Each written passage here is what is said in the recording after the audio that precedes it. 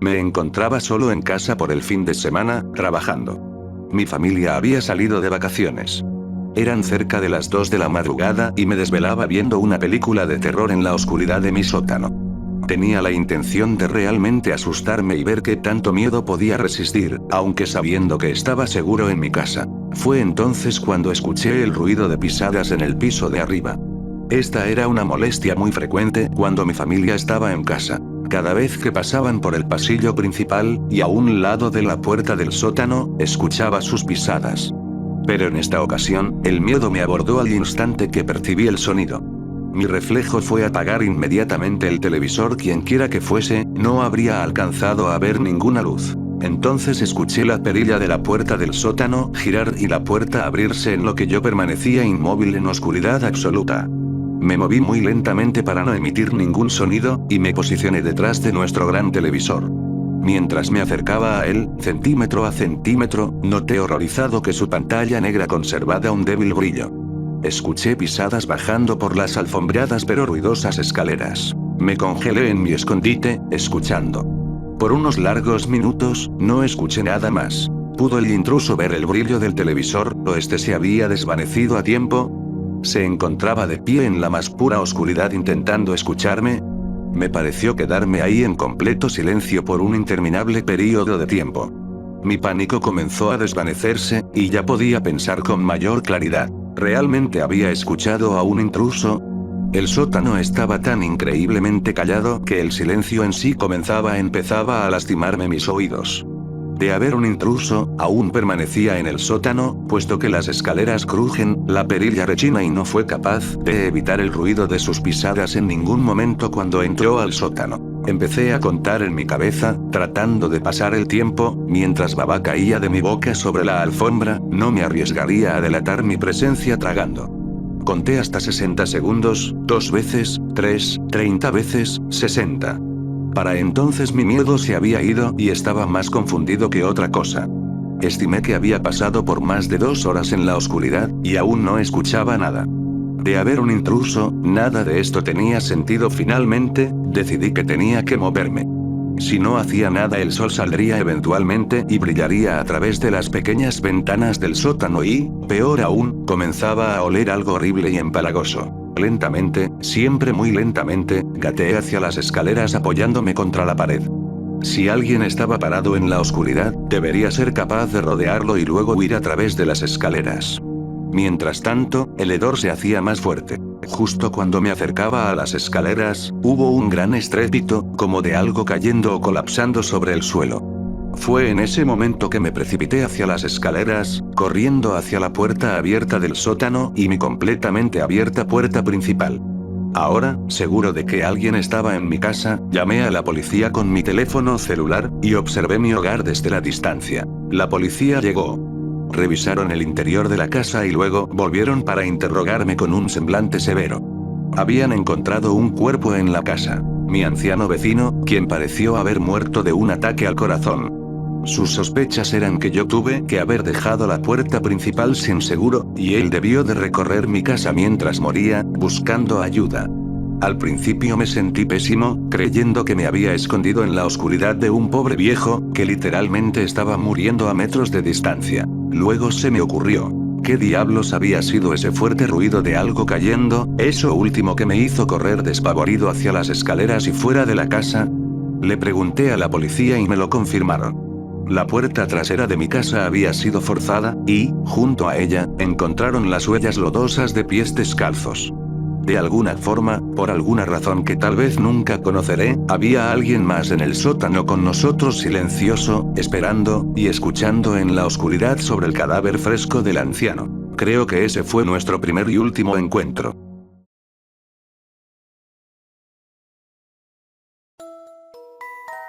No hay mucho trabajo para un ex guardia de seguridad veinteañero con un caso grave de estrés postraumático. ¿Y si a ese chico tonto le dejó cicatrices horribles un asesino en serie que había sembrado un rastro de víctimas en 3 estados y desapareció sin dejar rastro? Ese chico apenas puede conseguir una hamburguesa en McDonald's, y mucho menos un empleo remunerado. Mis padres no pudieron ayudar mucho. Las heridas de mi frente y mis mejillas se curaron al cabo de unas semanas, o meses. No llevaba la cuenta. Todavía se pueden ver si se mira de cerca, o a la luz de la luna. Nadie mira demasiado de cerca hoy en día. Hay algo en mis ojos que parece reflejar las cosas que he visto. He visto cosas terribles. Y esa mierda te pondría blanco, si no loco de remate. Y de hecho puede que esté loco, porque sigo viendo mierda.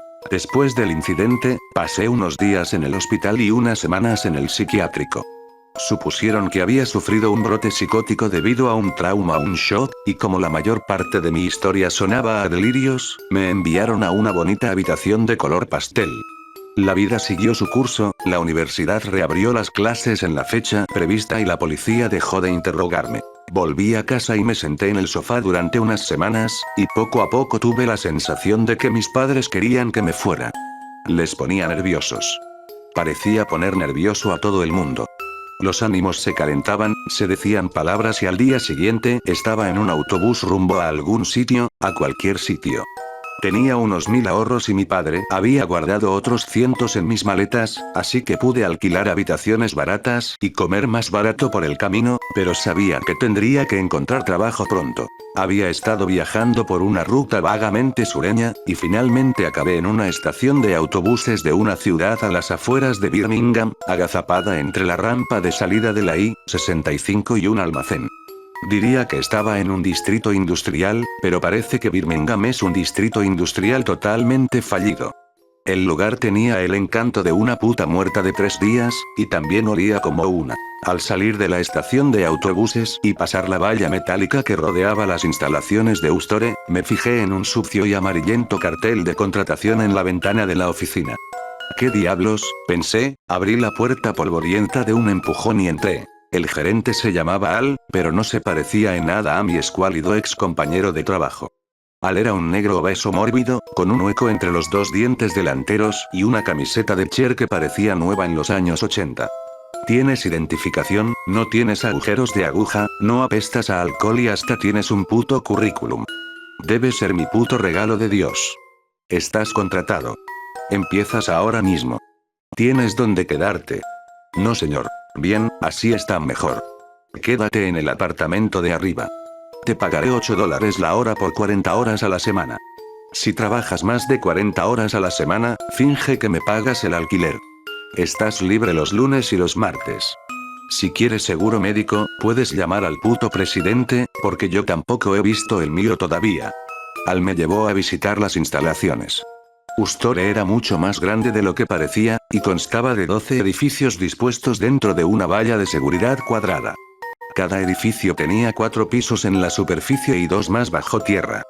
Los niveles más bajos eran de primera categoría y sorprendentemente muy seguros, con sensores de movimiento y cámaras de vídeo en cada cruce de pasillos.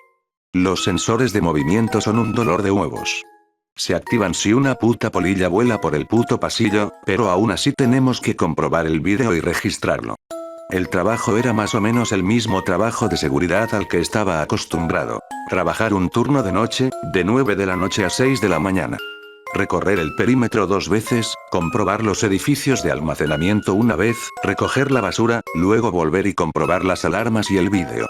Registra cualquier cosa fuera de lo normal e investiga si es necesario. Sobre todo, hay que mantener la boca cerrada y dejar tranquilos a los clientes. Están pagando nuestras facturas, así que no necesitas saber qué carajo están haciendo en su unidad. Que de hecho puede ser coger. Al se rió. Si un cliente se pone ruidoso, hace un escándalo, sobre todo, si fastidia las instalaciones, primero llamas a la policía y luego a mí. Al golpeó la pared metálica de un almacén, que resonó en los pasillos. Estas paredes son bastante resistentes, pero puedes hacer una abolladura en una con el puño, y un cuchillo le hará un agujero. Nadie quiere alquilar una unidad abollada, y estas paredes son muy difíciles de reemplazar. Habíamos recorrido el circuito de seguridad, con Al señalando cada punto de control, y habíamos llegado a la entrada de la sección de alta seguridad. Los clientes toman el ascensor. Tienen que poner su código para que aparezca el ascensor, y luego tienen que volver a poner su código para bajar a B1 o B2. Eso les molesta mucho. Se confunden y algunos entran en pánico dentro del ascensor, así que tienes que llevar la radio contigo todo el tiempo. Al final verán el botón del interfono y te llamarán, así que tienes que explicarles que tienen que volver a introducir el código. Para nosotros, son las escaleras, porque odio esos putos ascensores. Al pasó su placa y abrió la pesada puerta que daba a las escaleras. Eran las mismas escaleras. ¿Cómo podían ser las mismas escaleras? Me quedé allí de pie, con la respiración entrecortada en la garganta y la mano agarrada con fuerza a la fría barandilla de acero. Hey, ¿estás bien? ¿Tienes un ataque al corazón o algo así? Parpadeé. No eran las mismas escaleras. De ninguna manera. Eran nuevas, de acero brillante, bien iluminadas, y podía ver claramente el fondo.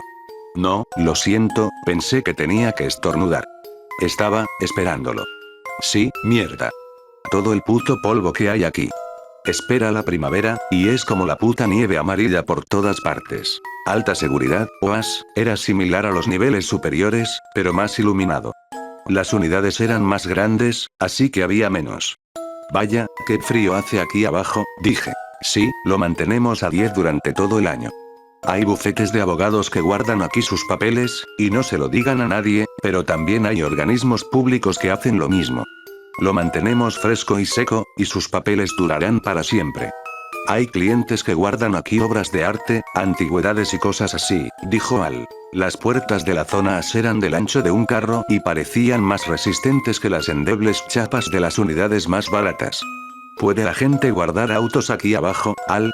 Le pregunté. No, no hay forma de bajarlos. El edificio 3 tiene una rampa y un muelle de carga para automóviles, pero la mayoría de la gente no quiere guardarlos en estos edificios. El reglamento dice que hay que vaciarlas de aceite, gas y cualquier otro fluido, lo que hace que sea muy difícil meterlas en las unidades. Las regulaciones dicen no explosivos. Recuerda eso, chico. Si ves a algún imbécil guardando su cortacésped y el bote de gasolina, lo registras y me lo dices. Seguimos recorriendo los niveles B1 y B2. Al señaló las cámaras de seguridad en cada intersección y en los puntos intermedios de los pasillos, y me mostró por dónde me llevaría la ruta de seguridad. No sigas siempre la misma ruta. Te volverás loco. Mézclalo un poco, pero asegúrate de marcar esos puntos de control, dijo Al. Volvimos a la oficina y Al me llevó a un pequeño apartamento. Era un poco más grande que mi dormitorio en la universidad, con una pequeña cocina, ducha, cama, armario y un televisor. Al señaló el televisor. Puede que tenga cable. Se supone que no, y nunca he visto una factura, pero no te lo diré si no lo tienes. Bueno, chico, será mejor que duermas un poco. Tienes turno a las 9. Si llegas tarde, o te pillo durmiendo, estás de patitas en la calle. Si hay gente que quiere alquilar una unidad a las 3 de la mañana, son idiotas o intentan robarte. Diles que la oficina está cerrada por la noche. Al me miró con los ojos entrecerrados. ¿Sabes manejar un arma? Preguntó. Sí, mi padre me enseñó. ¿Tan mala es esta zona? Pregunté. Au mierda no, chico. Puede que tengas que enseñarle el arma a algunos maleantes, pero eso es todo. Los cristales son a prueba de balas y las puertas son de acero macizo. Si algún toxicómano te está molestando en la oficina, hay una pistola bajo el escritorio. No está cargada, pero hay cargadores en el cajón de abajo por si los necesitas. Me miró directamente a los ojos. Y si los necesitas, no los necesitas. Tienes que llamarme por radio, ¿qué es lo que harás? ¿Y dentro de las instalaciones? Pregunté. Estás dentro de un almacén de alta seguridad, de última generación, con una radio y llaves de casi 1000 puertas de acero. Seguro que se te ocurre algo, respondió Al. Se marchó y yo me llevé el petate a la habitación e intenté dormir. La primera noche fue tranquila. La siguiente también. Y la siguiente. Pasaron las semanas y empecé a sentirme mejor. Volví a mi rutina de guardia de seguridad, que consiste sobre todo en buscar diferencias. Reconocí los patrones de Ustore y sus clientes. El público nocturno solía ser bastante tranquilo, excepto los ensayos de la banda de los jueves por la noche. Unos chicos habían tenido la brillante idea de alquilar uno de los locales baratos de la planta baja para guardar sus instrumentos musicales, y ensayaban todos los jueves por la noche. No me importaba. No eran tan malos. Más o menos una vez al mes, un miércoles por la noche, había un rodaje porno en una de las unidades. No tenía muy claro lo que pasaba hasta que se lo comenté a Al al día siguiente. Alrededor de las 11 de la noche llegaba una larga limusina negra de la que se bajaban varias chicas que parecían strippers, seguidas de algunos chicos. Todos se dirigieron a una de las unidades más grandes de AS, recogieron sus cosas y se marcharon antes del amanecer. Alquilamos las unidades, dijo Al. Mientras paguen y no destrocen las unidades, no decimos nada. Pero la mayoría de los clientes no eran así. Eran gente normal que movía cosas, que se levantaba tarde porque tenía que trabajar y no podía moverse durante el día. Vi a unos tipos que arreglaban coches, a una mujer que utilizaba una gran unidad como armario extra para la ropa, y a una pareja que estaba construyendo una cuna. Tenían una instalación completa para trabajar la madera dentro de su unidad, con supresión de polvo y aspiradoras incorporadas. Pero, sobre todo, había gente metiendo y sacando cajas de cosas. Todo iba tan bien, durante unas 6 semanas, y entonces la vi. La vi a ella. Me había acostumbrado a las falsas alertas de las cámaras de detección de movimiento, sobre todo en el edificio 8. El edificio estaba cerca de la autopista, así que sospeché que los sensores fallaban debido a las vibraciones de la carretera. 1 o 2 veces por noche, normalmente en el largo tramo de oscuridad entre las 3 de la madrugada y el amanecer, oía el pitido de una de las muchas cámaras de B1 o B2 del edificio 8. Dejaba mi libro, reconocía el pitido y me ponía en marcha. Dejaba mi libro, acusaba recibo de la alerta, anotaba falsa alarma, en el cuaderno de bitácora y echaba un vistazo a los largos pasillos vacíos e iluminados por los monitores. Era un miércoles por la mañana temprano, el comienzo de mi semana, y había estado jugando a un videojuego, cuando saltaron las alertas. Suspiré y dejé de jugar. Tomé el cuaderno de bitácora y vi algo en los monitores por reojo. Levanté la vista y vi una pequeña figura en medio del pasillo. Me acerqué más y pulsé los controles de la cámara para cambiar a una vista más cercana. De pie, en medio de un pasillo muy seguro y muy iluminado, a 2 plantas bajo tierra, había una niña vestida de novia. ¿Qué, carajo? Empecé a decir, y la niña levantó la cabeza hacia la cámara. Sus ojos negros me miraban a través del monitor, como si me hubiera oído.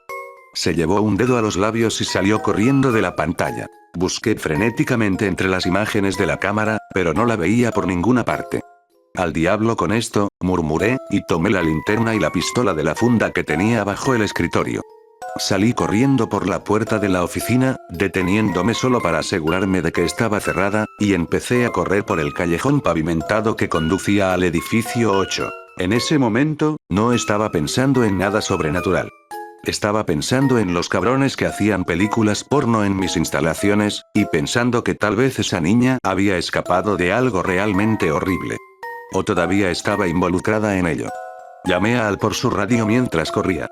Al, despierta. Tenemos un intruso en el edificio 8. Repito, intruso en el edificio 8. Despierta. Al vivía cerca, dentro del alcance de la radio, y murmuró algo sobre estar en camino. Llamé a la puerta principal del edificio 8, la abrí de golpe y corrí hacia la escalera. El pánico, que no había vuelto desde mi primer día, me golpeó como si me ahogara en el océano. Me detuve, retrocedí y cerré la puerta de la escalera. No tenía tiempo para esto. Corrí al ascensor, introduje mi código de anulación, entré, volví a introducirlo y bajé en el ascensor más lento del mundo hasta la B2. La versión de Believe de Cher, que sonaba suavemente, no ayudaba a mejorar la situación. Salí con cautela al pasillo. Había guardado la pistola en el bolsillo de la chaqueta para no asustar a nadie, sobre todo si había un niño de por medio. Recorrí el pasillo y no encontré nada. Giré al final, por el siguiente pasillo, y seguía sin encontrar nada. Ninguna cerradura fuera de su sitio, ningún aparato abierto, ningún sonido, ningún olor, nada. Comprobé el hueco de la escalera y nada. Apreté los dientes y subí las escaleras hasta el rellano B1. Miré por la puerta y no encontré nada. Llegados a este punto, esperaba encontrar cualquier cosa. Un zapato, un cuerpo, una escena del crimen, pero no había nada. Mi radio crepitó, di un respingo y me mordí la lengua. He dicho, ¿dónde estás? La voz de Al gruñó por la radio. B2 en el edificio 8, escalera sur, dije. ¿Has encontrado algo? Preguntó Al. Nada. Lo siento amigo, probablemente sea una falsa alerta. Oye, a veces pasa. Aunque solo una vez. Nos vemos en la oficina. Comprobaremos las cintas. Entendido, dije por la radio. Suspiré y caminé por el largo pasillo hasta el ascensor. Comprobé el resto de los pasillos, volví sobre mis pasos hasta el ascensor e introduje mi código. Cuando se cerraron las puertas del ascensor, me pareció oír un sonido. Una risita de niña. Maldita sea, dije. Pulsé el botón de cancelación. Las puertas del ascensor se abrieron, salí y miré rápidamente a ambos lados. A mi izquierda, una silueta blanca y vaporosa desapareció tras una esquina. Otra risita. Miré hacia la cámara de seguridad, la señalé y luego apunté en dirección a la esquina. Sujetando la linterna como si fuera un garrote, troté hasta la esquina y miré rápidamente a ambos lados. No había nada. Nada. Corrí tan rápido como pude por el largo pasillo hasta su final, giré y no vi nada. Corrí hasta la intersección, nada. Hasta el siguiente cruce, nada. Hasta el final, nada. Finalmente, jadeando, sin aliento, grité: «Muy bien, cabrones. Me rindo. Suficiente por esta noche». Al estaba en el mostrador cuando volví. ¿Has disfrutado del ejercicio, chico?, preguntó. Sí, estoy probando para las Olimpiadas, respondí. Quizá las Olimpiadas para atletas con discapacidad. Acabo de verte correr 3 kilómetros dentro del edificio 8, sin ninguna puta razón, dijo Al. Me lo imaginaba, dije. ¿Así que no viste nada? ¿En alguna de las cámaras? Nada. Al me hizo ver varias veces las grabaciones de seguridad. Se empeñó en mostrarme apuntando a la cámara, desde todos los ángulos. Cada cámara mostraba los pasillos brillantes y vacíos. ¿Estás seguro de que no te has metido algo, hombre?, Al preguntó. Juro que vi algo, dije. Tranquilo, hombre, soy yo el que te está chingando. Te creo. Se hace tarde aquí, ¿ves mierda? Mira fijamente esas pantallas el tiempo suficiente sin ver nada, y tu mente empezará a añadir mierda solo porque está aburrida. Yo también he visto mierda, dijo Al. ¿Sí? ¿Cómo qué? Al se movió en su asiento. Nunca he visto a una chica. Una vez vi a un tipo caminando por el pasillo. Un tipo normal, caminando como si fuera un cliente. Pero esa consola de ahí muestra los accesos a las puertas, y hacía tiempo que no sonaba. Pensé que tal vez algún idiota estaba tratando de vivir en una de las unidades, que está en contra de los reglamentos. Ocurre a veces. Lo comprobé y no había nadie. Al metió la mano en el refrigerador que había bajo el escritorio y sacó uno de sus refrescos de lima preferidos. Pero eso no fue lo peor, dijo abriendo la lata. Una vez vi sangre. Mucha, salpicada por todas partes. Solía tomar esos malditos ascensores, y una vez, ¡dim!, la puerta se abre y dio un trago a su bebida. Me quedé allí de pie. La puerta se cerró. La volví a abrir y ya no estaba. Sé que no era real. Había estado trabajando unas 20 horas seguidas. Yo solo, imaginé que algo no me quería en los ascensores el resto del tiempo. Así que no lo hice. Empeoró después de esa noche. No puedo evitar pensar que mi persecución, y mis burlas, despertaron algo. O tal vez algo me reconoció. Después, tuve compañía todas las noches. El ambiente tranquilo y estéril de la instalación de antes había cambiado, se había vuelto más bajo, más mezquino, como si estuviera al acecho. Cuando hacía mis rondas, oía pasos detrás de mí o en los pasillos adyacentes. También oía voces débiles, murmullos y susurros detrás de las frías puertas de acero de los almacenes. Las unidades superiores eran las peores, porque no estaban iluminadas todo el tiempo como las unidades AS. Las luces de la planta superior eran sensibles al movimiento y tenían temporizadores. Se encendían al entrar en un pasillo y se apagaban al salir.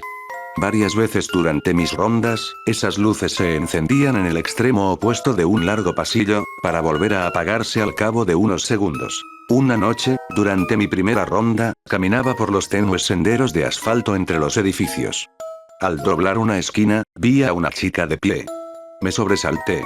La chica soltó un pequeño chillido y se detuvo. «Me has dado un susto de muerte, gilipollas», gritó. «¿No deberías estar usando esa linterna?» «Lo siento. Me estropea la visión nocturna», le dije. «No quería asustarte. No esperaba ver a nadie aquí». La reconocí. Se llamaba Jen. Era la bajista de la banda que ensayaba en una de las unidades.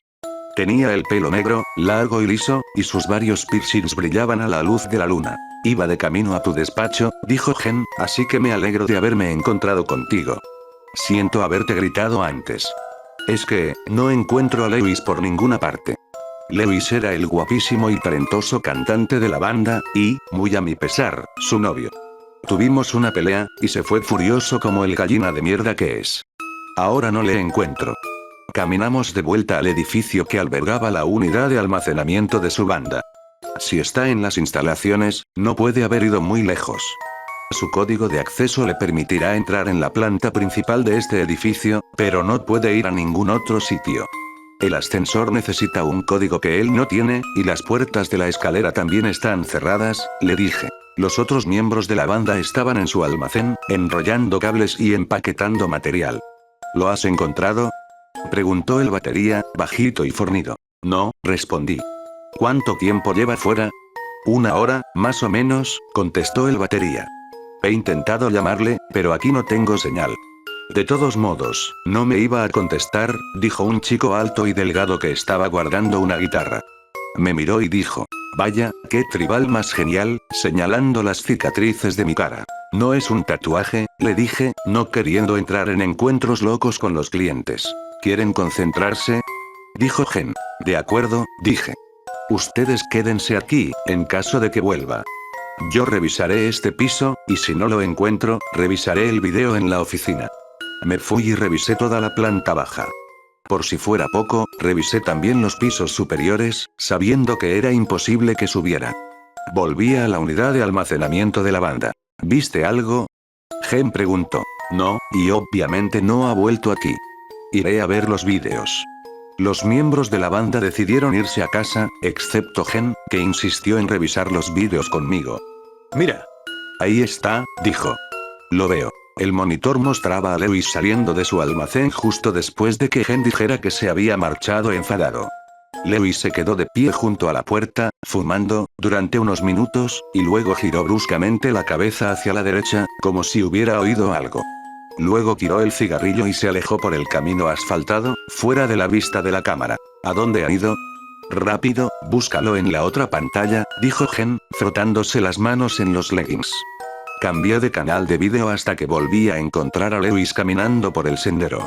Se detuvo, miró a su alrededor, se dio la vuelta y empezó a caminar. Volví a cambiar de canal y lo vi caminando hacia el edificio 8. ¿No se supone que esas puertas deben estar cerradas todo el tiempo?, preguntó Gen, señalando un punto oscuro en la pantalla gris y blanca. Sí, respondí, mientras Lewis se detenía ante el umbral negro del edificio 8 y entraba. Volví a pasar por los canales hasta que encontré el del edificio 8. Solo pude ver su silueta mientras caminaba por el pasillo, deteniéndose de vez en cuando para mirar a su alrededor, y finalmente cuando abrió la pesada puerta de seguridad con cierre magnético que daba a la escalera. Entró y cerró la puerta tras de sí. Mierda. Eso está mal, dije. Esas puertas tienen cerradura magnética y no se pueden abrir a menos que tengas una placa y un código. Gen sacudió la cabeza. Pero seguro que se abrió. ¿Ya lo viste? Volví a cambiar de canal y vi a Lewis en el hueco de la escalera. Cambié de nuevo y lo vi caminando por el luminoso pasillo del nivel B2, hacia la cámara. Hacia un almacén abierto, con la puerta enrollada y bostezando, como la cuenca del ojo de un muerto. O una boca. Vi la pálida mancha de la cara de Lewis mirar hacia la cámara y luego girar para mirar hacia la puerta oscurecida. Sus ojos se abrieron de par en par, su boca emitió un grito silencioso y su figura se precipitó hacia el interior del almacén. La pesada puerta rodó hacia abajo y se cerró de golpe, dejando a la cámara mirando a ciegas el pasillo inmaculadamente vacío. Gen miraba fijamente la pantalla, con la boca ligeramente abierta, los ojos desorbitados, saltones, rodeados de un negro de conmoción que ningún maquillaje puede igualar o enmascarar. Ve. Vamos. Me agarró del hombro con manos fuertes como las de un músico. Apretó. Con fuerza. Ve por él ahora. Saqué la pistola de su funda y 2 cargadores del último cajón del escritorio. Accioné la radio. Al, responde. Tenemos un problema. Despierta, Al. Grité por la radio mientras corría. La radio chirriaba estática y ruido blanco. Al, te necesito en el trabajo. Un gran problema. La radio silbó y se apagó bruscamente. La noche parecía viva mientras corría hacia el edificio 8. Los árboles del exterior de las instalaciones se mecían con un viento enérgico, y sus hojas repiqueteaban como débiles risas burlonas. Sentí que me miraban, y la sensación de que había cosas esperándome en cada esquina. Mis cicatrices empezaron a picarme ligeramente, como si hubiera corrido entre telarañas. Al llegar al edificio 8, encontré la puerta cerrada con llave. Al abrirla, oí un ruido de raspado detrás de mí.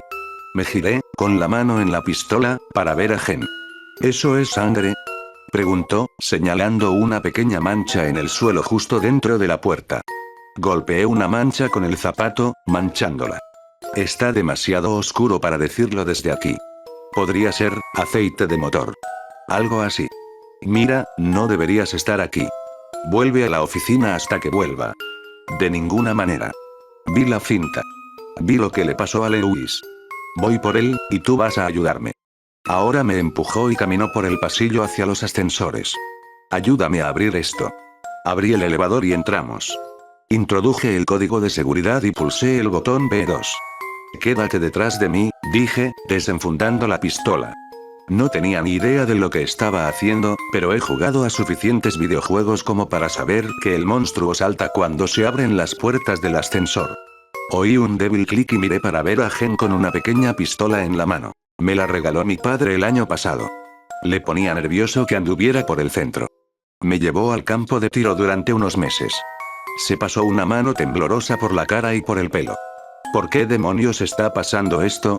¿Qué carajo está pasando? ¿Y por qué no estás asustado? Resoplé. Estoy aterrado. Me acabo de mirar encima un poco ahí detrás, por si no te has dado cuenta.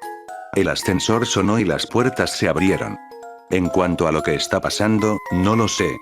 Pero tengo una noción, y no creo que sea buena. Salí al pasillo y miré en ambas direcciones. Los largos y blancos pasillos eran luminosos y silenciosos. Caminé lentamente por el pasillo hacia el almacén donde habíamos visto a Lewis. En la esquina, vi una débil mancha marrón rojiza.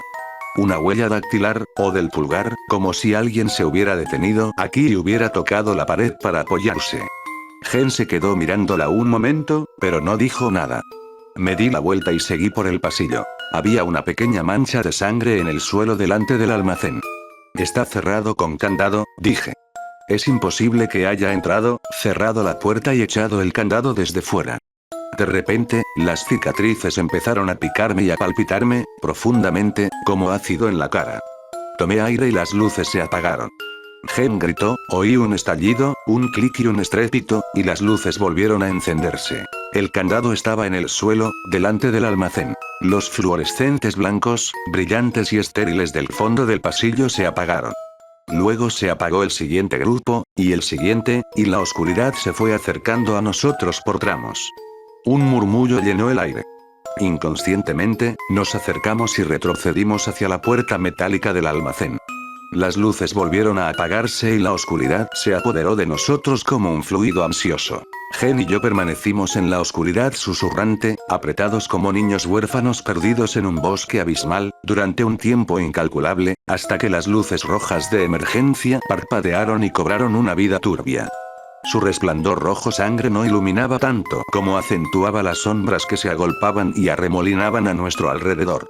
El murmullo se hizo más y más fuerte, como un río de voces entrecortadas y tumultuosas, hasta que alcanzó un crescendo estruendoso y luego se detuvo. La puerta del almacén se abrió lentamente. Lewis estaba allí, sentado en el suelo. Estaba de espaldas a nosotros, agachado y quieto. «Lewis», exclamó Gen, e intentó correr hacia adelante. La agarré del brazo. Lewis habló, su voz de algún modo horrible, subiendo y sonando por las paredes de acero. Ellos, me hicieron venir aquí. Quieren que la gente lo sepa. Me hicieron, ver. Emitió un profundo sollozo, un sonido ahogado. Yo no quería ver. Pero me obligaron. Mis ojos, que se adaptaban lentamente a la luz, empezaron a distinguir las formas apiladas contra las paredes del almacén. El brazo de Lewis alcanzó la forma oblonga más cercana y tiró de ella. Cayó al suelo de cemento, emitiendo un horrible sonido seco al chocar. Un brazo seco y arrugado cayó del sudario. Lewis empezó a levantarse y a reírse. Giró su rostro destrozado hacia nosotros y nos miró fijamente con las profundas y negras cuencas excavadas donde antes habían estado sus ojos. Me lo han enseñado. Me han hecho ver. Pero ya no tengo que ver nunca más. Gen chilló y retrocedió hacia el pasillo. Tenía la pistola apuntando a Lewis, con la empuñadura resbaladiza en mis manos temblorosas. El rugido susurrante había vuelto, haciendo vibrar las paredes y puertas de acero. Con una sacudida nauseabunda me di cuenta de que todas las puertas de las unidades se deslizaban hacia arriba y su contenido, perfectamente apilado, caía, se deslizaba y caía al suelo. El nauseabundo hedor a podrido que los sistemas de ventilación de última generación habían enmascarado también antes era ahora abrumador y llenaba el aire. Cadáveres. Están todos llenos de cadáveres. Gritó Gen, con las manos a los lados de la cara, los ojos enormes y brillantes bajo la luz roja, revolviéndose el pelo negro, la pistola olvidada en el suelo. La agarré por los hombros y la sacudí una vez. ¡Corre! Grité, y la arrastré lejos de los cadáveres, por el pasillo, intentando desesperadamente no oír la risa enloquecida de Lewis. Tropecé con un cadáver más pequeño que estaba tirado delante de la unidad, cerca de la esquina, y me estampé contra la pared opuesta. Miré un momento hacia abajo y vi un velo de novia blanco que cubría el cadáver marchito de una niña pequeña. Sacudí la cabeza y me tambaleé hacia la puerta de la escalera. El murmullo se había convertido en un rugido. Voces llenas de rabia aullaban y hacían temblar la puerta de seguridad. Tanteé mi placa 2 veces, finalmente la conseguí, marqué el código y abrí la puerta de un tirón. Agarré a Gen del brazo y la arrastré escaleras arriba. Las luces de la escalera estaban mal, parpadeaban y se inclinaban como locas. Me di cuenta de que tenía la cara mojada al llegar al rellano B1. No quedaba mucho a nivel del suelo. Cuando Gen y yo salimos por la escalera, vimos que la mayor parte de las instalaciones de Ustore habían desaparecido. Algunas partes de los edificios seguían en pie, pero por lo demás nos encontrábamos en un campo de desolación y destrucción, como si toda la cuadra hubiera sido arrasada. Más tarde supe que, aunque los tornados eran habituales en esa zona, el que arrasó las instalaciones de Ustore fue poco común tanto por su furia como por su brevedad. La NOAA informó de que una pequeña célula de alta intensidad apareció directamente sobre las instalaciones sobre las 6:30 de la mañana, generando un tornado de movimiento lento de categoría F3. El tornado rodeó el almacén y permaneció en el mismo lugar durante 15 minutos, hasta que se desplazó en dirección noreste durante 1 milla. Parecía haber abandonado el suelo durante la mayor parte de su recorrido, tocando tierra una vez más en un barrio al noreste de Ustore, antes de disiparse por completo a las 7 de la mañana. Encontraron el cuerpo de Al, o sus restos, en la copa de un árbol a 2 condados de distancia, 3 días después. El informe del forense decía que Al había muerto de un fallo cardíaco. Al parecer, tuvo un infarto masivo antes de que el tornado lo alcanzara. Oficialmente, las instalaciones de Ustore se utilizaban para el almacenamiento ilegal de cadáveres que iban a ser incinerados o enterrados por ciertas funerarias anónimas. El hecho de que esas funerarias nunca fueran nombradas oficialmente y de que el caso se archivara rápidamente en el armario más oscuro y polvoriento del que disponía el Departamento de Policía de Birmingham nos saltó a las noticias. Por supuesto, la parte más aterradora de toda la situación me pareció el modo en que, incluso después de que un extraño tornado sacara a la luz miles de cadáveres sin identificar, apilados como leña dentro de un almacén absurdamente bien protegido y refrigerado en una ciudad relativamente grande, la gente pareció olvidarlo. Como si quisieran olvidarlo. O no quisieran saberlo. No volví a ver a Gen después de eso. Al principio, la policía se interesó mucho por mí, ya que al parecer era el único empleado vivo de Ustore Incorporated que podían localizar. Me tuvieron en la cárcel casi 1 semana, sin presentar cargos, antes de que empezara a hablar de abogados. Durante los primeros días, me sentí completamente bien entre rejas. Esos barrotes también mantenían las cosas fuera. Les oí decir que Gen había sido ingresada en un psiquiátrico debido a su historia y a su insistencia en que su novio intentaba matarla. Se había vuelto violenta y atacó a uno de los agentes que la interrogaban. Nunca encontraron a Lewis, ni tampoco su cuerpo. Lo otro que escuché, lo que me hizo decidirme a abandonar la cárcel, fue sobre los dueños de Ustore. Parece que no había ninguno. Toda la operación era propiedad de empresas fantasma, y la policía no podía localizar a los propietarios originales. Finalmente, dejaron de buscar. Sabía que en algún lugar, alguna persona, o algún grupo de personas, habían organizado la construcción de ese almacén y lo habían equipado para un fin específico.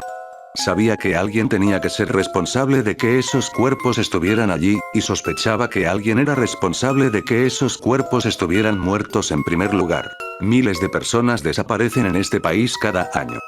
Puede que yo haya encontrado a algunas de ellas. Lo que me mantiene despierto por la noche, más que los sueños, o los sonidos fuera de mi ventana, o el picor de mis cicatrices, es preguntarme cuántos almacenes más hay ahí fuera. Escribo esto porque mi familia ya no habla de ello. Soy la única que parece no poder olvidarlo. Crecí en las afueras de Preston, un pequeño pueblo del sur de Idaho con una población de unos 5.000 habitantes. Mi comunidad más cercana era un camino de tierra aislado y sin salida llamado Bear Creek. Menos de 20 familias vivían en Bear Creek. No me importaba estar tan aislada. Crecí en la comodidad de amplios campos y vecinos cercanos que solo la gente del campo conoce. Éramos una comunidad mormona. Muy centrada en la iglesia. Muy centrada en la comunidad. Todas las chicas, incluyéndome a mí, formábamos parte del grupo de mujeres jóvenes. Y todos los chicos éramos miembros de la tropa local de Boy Scouts, que también funcionaba como grupo religioso en nuestra zona. Celebrábamos fiestas del 4 de julio en el estadio local y nadábamos en el embalse cercano. Era una comunidad agradable y tranquila. Mi casa, una granja de 92 años construida por mi tatarabuelo, estaba situada en una pequeña colina, rodeada por un amplio prado a un lado y un serpenteante camino de tierra al otro. Al otro lado del camino se encontraban los arroyos. El sur de Idaho se caracteriza por un clima desértico, por lo que no crece mucho fuera de los campos de regadío, aparte de artemisa y abrojos. Los arroyos eran la excepción. El arroyo alimentaba una espesa maraña de arbustos de sauce llorón. A finales del otoño solíamos bajar a los arroyos y recoger las semillas blancas y algodonosas de sauce llorón para decorar las cercas de nuestra entrada. Al estar tan aislados, no era raro que los animales bajaran de las montañas. Teníamos una alce hembra que traía a su cría y vivía en nuestro huerto cada invierno. Y algún león ocasional tampoco era raro. El verano en que cumplí 8 años, lo recuerdo porque fue el mismo año de mi bautismo, vimos varias veces un puma más pequeño en nuestra zona. No nos preocupamos. Los grandes felinos se mantenían alejados de las granjas y solían irse cuando la zona no daba suficiente alimento. Ese mismo verano, mi vecino Peyton estaba trabajando en su proyecto de Águila Scout. Le encantaba National Geographic y pensó que sería genial intentar presentar una foto de National Geographic sobre el lecho de nuestros pequeños arroyos. El puma que estaba en nuestra zona al mismo tiempo le emocionó mucho. Decidió intentar sacarle fotos y envió un correo electrónico al equipo de National Geographic para pedir consejo. Recomendaron instalar una cámara automática que tomara fotos cada 2 segundos en una zona que se supiera que el puma visitaba. También recomendaron poner algún tipo de cebo para que el puma se acercara con más facilidad. A nadie en el arroyo le gustaba la idea del cebo vivo o la carroña, así que ideamos otro tipo de cebo. Decidimos grabar el audio de un conejo moribundo y reproducirlo en bucle a través de unos altavoces ocultos entre los sauces. Recuerdo cuando todos estábamos en el fondo probando los altavoces y escuché el ruido por primera vez. El sonido de un conejo moribundo es horrible. Se ha descrito como casi idéntico al de un niño que llora. Si nunca lo has escuchado, hay muchas grabaciones disponibles en línea. Vale la pena escucharlo. La cámara estaba instalada. Los altavoces estaban instalados. Todo estaba perfecto. Peyton explicó que dejaría que la cámara y la grabación funcionaran sin interrupciones durante una semana, y luego iría a revisarla. Esto daría tiempo a que nuestro olor se desvaneciera del fondo y animara al león a acercarse. Al principio me preocupó el ruido. Era un ruido realmente horrible, y nuestra casa era la más cercana al punto de instalación en el fondo. Mi padre me aseguró que el ruido no llegaría tan lejos, y me sentí aliviada cuando llegamos a casa esa noche y tenía razón. Los fondos estaban tan lejos que no podía oír nada. Recuerdo a Peyton al día siguiente en la iglesia. Estaba inquieto y emocionado por revisar el equipo. Pero tenía que esperar una semana, algo que todos le recordaban constantemente. No podía arriesgarse a bajar demasiado temprano y ahuyentar al león para siempre. Esa noche me desperté con un ruido espantoso. Me senté tieso como un palo en la cama, con los ojos abiertos en la oscuridad, las manos tan apretadas que las palmas me marcaron las uñas durante horas. Conocía ese ruido.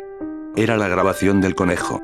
Sonaba débil y lejano, como si realmente pudiera venir de los fondos. Pero era imposible. Porque la grabación había estado funcionando toda la noche del día anterior y no había oído nada. No dormí esa noche. Tenía demasiado miedo de levantarme de la cama y despertar a mis padres. La grabación se repetía una y otra vez. Me sabía el bucle de memoria. Por la mañana, fui a la cocina a desayunar. Mis padres estaban sentados a la mesa de la cocina. Ellos también tenían ojeras. No había sido el único que lo había oído. Mamá estaba convencida de que el equipo debía estar roto. Quería bajar a revisarlo. Papá se negó. Era un hombre amable y gentil, y no quería provocar un drama innecesario. Estaba seguro de que había habido un viento fuerte la noche anterior, y que el viento llevaba el ruido más allá de su alcance natural. Nos dijo que escucháramos. Lo hicimos. Tenía razón, ya no lo oíamos. Lo olvidamos y seguimos con nuestras cosas cotidianas. La noche siguiente, volvió a ocurrir. Me quedé en la cama, de espaldas a la pared. Los gritos eran aún más fuertes que antes. Pero esta vez había algo diferente. Eran más graves de lo que recordaba. Y partes del bucle se ralentizaban, como si la grabación estuviera distorsionada en algunos lugares. A veces, el bucle no se reproducía de forma natural, sino que se retomaba en un punto aleatorio en medio. Mi madre no mencionó nada durante el desayuno. Pero tanto ella como mi padre parecían tensos. La tercera noche, reuní el valor para pararme junto a la ventana de mi habitación y mirar hacia el patio. Por un momento me quedé allí, clavada en el suelo, con las manos temblando por mucho que las apretara. El ruido se colaba por las rendijas de la ventana. Observé la silueta de los árboles en el jardín. Impecable silencio. Ni la más mínima brisa agitaba sus ramas. Mi madre anunció que iría a visitar a sus hermanas al pueblo al día siguiente y que probablemente pasaría la noche allí. Me invitó a acompañarla, pero yo, en el fondo, era una niña de papá y decidí quedarme en la granja. Esa noche me senté junto a papá en su cama, pero ni siquiera eso ayudó. Creo que mi padre tampoco dormía, pues estuvo extrañamente quieto toda la noche. También empezamos a oír el ruido durante el día. Estaba dibujando con tiza en la acera cuando ocurrió. Se me tensaron los hombros y se me erizaron los pelos de la nuca. Solo hubo un grito. Un grito corto y agudo. Y entonces la grabación se silenció. Volvió a ocurrir varias veces a lo largo del día, pero nunca el bucle completo. Solo fragmentos. Más tarde esa noche, el padre de Peyton llegó a la entrada en su cuatrimoto. Dijo que buscaba a su perra, una adorable labradora amarilla que había desaparecido desde esa mañana.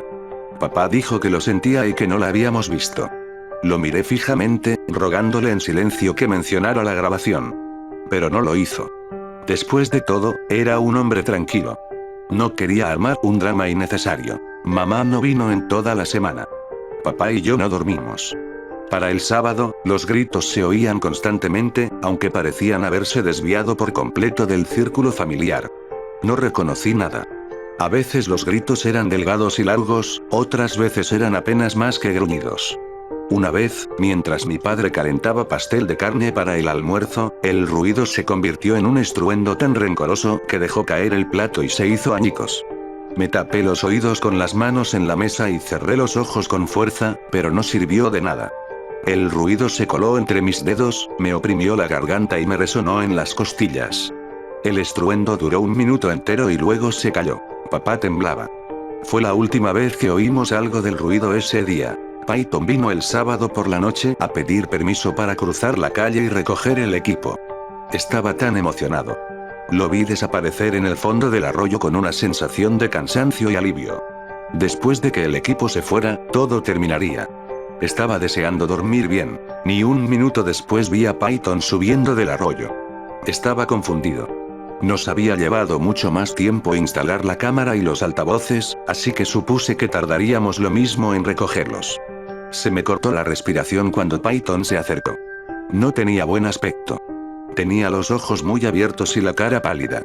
Algo húmedo le goteaba de la barbilla a la camisa. Luego me di cuenta de que era vómito. Mi papá lo agarró antes de que se cayera y le exigió saber qué había pasado. Peyton no podía hablar. Solo lloraba. Llamamos a su padre. Cuidé de Peyton mientras mi padre y el suyo entraban en la cocina. Se habían ido un buen rato. Cuando volvieron, tenían la cara triste. Y olían raro. Noté que las manos de mi padre estaban rojas. Les pregunté qué pasaba, pero me rozaron y llamaron a la policía inmediatamente. Nadie me decía qué había pasado. Me senté en el sofá mientras una multitud de vecinos y policías me rodeaba. En un momento dado, un agente dejó algo en la mesa de la cocina y se fue. Miré hacia la cocina con curiosidad.